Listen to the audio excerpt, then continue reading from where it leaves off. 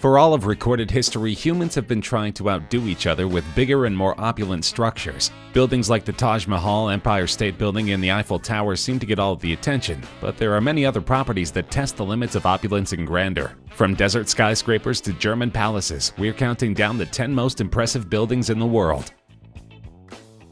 Described as both a vertical city and a living wonder, Burj Khalifa, developed by Dubai-based Emaar Properties, is the world's tallest building. Rising gracefully from the desert, Burj Khalifa honors the city with its extraordinary union of art, engineering, and meticulous craftsmanship. At 828 meters, the 200-story Burj Khalifa has over 160 habitable stories, the most of any building in the world. The tower was inaugurated on January 4, 2010, to coincide with the 4th anniversary of the accession day of Sheikh Mohammed bin Rashid Al Maktoum as the ruler of Dubai. Arguably the world's most prestigious address, Burj Khalifa is responsible for a number of world firsts. The tower became the world's tallest man-made structure just 1,325 days after excavation work started in January 2004. The Burj Khalifa is also the tallest freestanding structure in the world, has the highest number of stories in the world, the highest occupied floor in the world, the highest outdoor observation deck in the world, the elevator with longest travel distance in the world, and the tallest service elevator in the world. It's 3 times as tall as the Eiffel Tower and nearly twice as tall as the Empire State Building.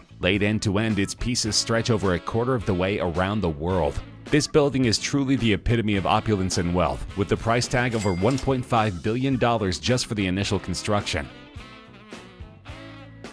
Also located in the wealthy Arab Emirate of Dubai, the Burj Al Arab is considered by many people to be the most luxurious hotel in the world. Since its opening in late 1999, the hotel, with its distinctive sail-shaped silhouette, has thrust Dubai onto the global luxury tourism landscape. Built on a triangular man-made island reclaimed from the sea, the hotel and its billowing sail-like structure rise 321 meters above the sea, offering panoramic views of the Arabian Gulf. Construction began in 1994 and involved 3,000 companies and contractors, 250 designers from the UK, USA, and Dubai, and 3,500 workmen on site at any given time. It took 2 years to reclaim the island in the shore waters of the Arabian Gulf, and a further 3 years to erect the magnificent landmark. And the building isn't just impressive because of its massive stature. Approximately 1,790 square meters of 24-karat gold leaf were used to embellish the interior. The palatial 780 square meter royal suite is fit for a Maharaja, with an exquisite Masjid-style lounge, library, and cinema room, along with 2 master bathrooms, each with full-size jacuzzis and separate 5-head rain showers. And this is to say nothing of the lavish amenities. Take your pick from an underwater aquarium restaurant reached through a simulated submarine voyage, heralded by famed and award-winning chef Nathan Outlaw, a fleet of Rolls-Royces on the forecourt, and the famous helipad that has hosted the likes of Tiger Woods, Anthony Joshua, and Roger Federer. Not to be confused with the tiny European nation of Liechtenstein. Liechtenstein Castle is located in the southwest state of Baden-Württemberg in Germany, overlooking the village of Hunau. The castle is actually a hunting lodge, built on the ruins of a former castle, and the current structure was completed in 1842. It was built in a pseudo-medieval style, which was in vogue in the 19th century. Since then, it has grown in both size and notoriety. Famously, it competes with Neuschwanstein Castle, which was the model for the Disney Castle. As such, the residents around the Liechtenstein property prefer the term Little Fairy Tale Castle, and it's easy to understand why. The massive structure is packed with royal chambers, an ornate courtyard, and an armory full of vintage artillery and cannons. The castle's outer escarpment opens up directly onto a cliff. Though it looks precarious, the building is safely secured, hopefully guaranteeing that it will stand for another 1,000 years. This tilting tower is a household name. The gentle lean of the 14th century Italian structure is immediately recognizable. In 1172, Donna di Bernardo donated 60 silver coins to the local cathedral for the purchase of stones to be used in the base of a new bell tower. The next year, construction of the tower began, and almost immediately there were problems. The tower site sat on soft ground composed mostly of clay, fine sand, and shells. By the time the builders finished the second floor in 1178, the tower was beginning to lean. But then construction was halted for almost 100 years, as Pisa fought wars against Genoa, Lucca, and Florence. This may have been a lucky break, as modern analysis says that the tower definitely would have toppled had construction continued without time for the soil to settle. Thus, what could have been a fatal architectural flaw became the defining feature of an otherwise unremarkable tower. Today, the Leaning Tower of Pisa is one of Italy's top tourist destinations. The tower gathers over 5 million visitors each year, and it makes about €21 million annually. This series of suspended monasteries usually elicits a gasp from visitors. Perched at death-defying heights, the structures were first built in 491 AD and have survived for many centuries since then. Clinging to a crag of the Hengshan Mountain, in apparent defiance of gravity, the temple consists of 40 rooms linked by a dizzying maze of passageways. Interestingly, the temple is dedicated to not just one religion, but three, with Confucianism, Taoism, and Buddhism all practiced within the temple, and represented in 78 statues and carvings throughout the temple. How could a building like this withstand the winds and storms of so many years? Hanging Monastery is an architectural wonder. A unique mechanical theory was applied to building the framework. Cross beams were half inserted into the rock at the foundation, while the rock in back became its support. Why build a monastery like this? Location is the first reason. Building a monastery on the cliff could shield it from floods. In addition, the mountain peak protects it from rain and snow, and the mountain around it also diminishes damage from long-time sunshine. The second reason is that the builders followed a principle in Taoism: no noise, including those from rooster crowing and dog baying, so from the upper ground all noises drop away.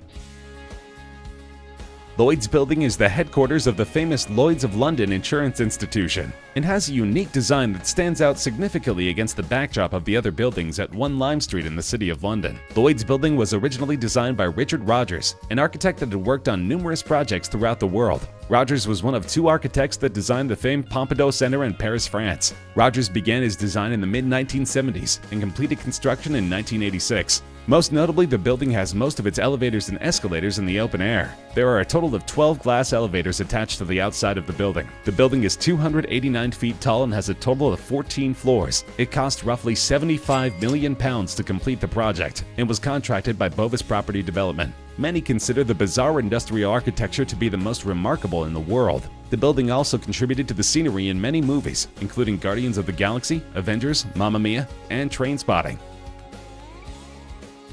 Paro Taksong, also known as the Tiger's Nest Monastery, is a small religious complex hung far up on a cliff overlooking a spectacular valley. It is one of only a handful of locations where the second incarnation of Buddha is believed to have practiced. The monastery itself is located in a dramatic setting, perched on a high cliff some 3,000 feet above Paro Valley and a vertiginous 10,240 feet above the sea level. The route to the top is difficult. It takes a 2 to 3 hour trek to reach the cave, walking amidst the beautiful shady pine forests. The Paro Taksong Monastery consists of 4 main temples which are interconnected with staircases carved on the rock. The interior of the Taksong Monastery reflects the luxury and wealth in the finest way. While the dome of the monastery is gold-plated and decorated with illuminating golden idols, the inside of Paro Taksong consists of a hall with thousands of Buddhas carved on a rock. Along with this, a large statue of a tiger fills up the space, signifying the famous legend of Guru Rinpoche and the tigress.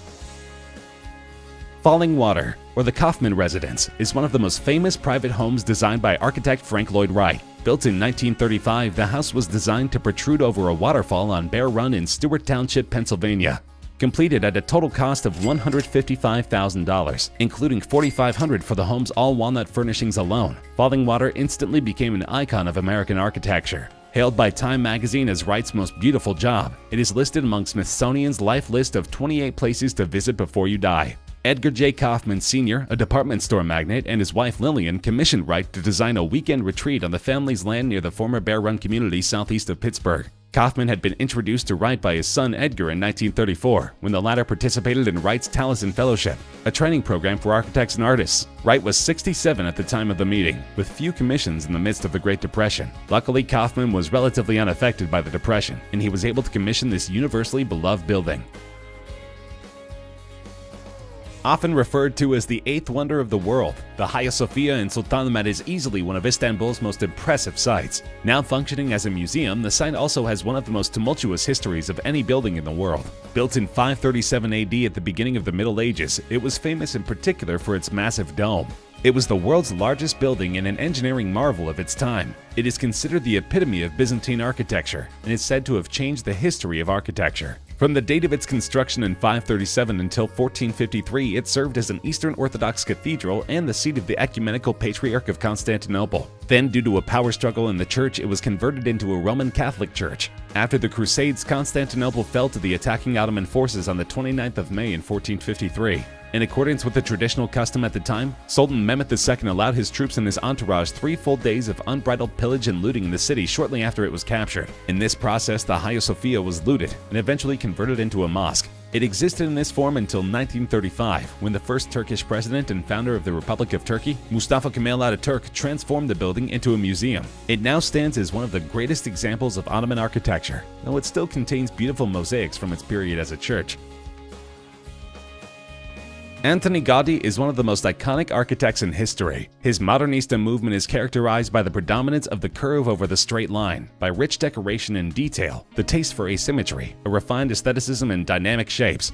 His most famous work, La Sagrada Familia, stands 560 feet tall in the heart of Barcelona. Gaudi worked steadily on his masterpiece until his death in 1926, at which point an estimated 15 to 25% of the total design, including the crypt, the apse walls, a portal, and a tower, was complete. Since then, a series of architects have attempted to continue his legacy. Not surprisingly, progress on Sagrada Familia's construction has faced a few setbacks over the past 130 years. Vandalism in 1936, following the outbreak of the Spanish Civil War, resulted in the destruction of many of Gaudi's models. The sacristy was destroyed in a fire in 2011. Though construction is set to finish in 2026, many already consider the Sagrada Familia to be one of the most classic buildings of all time.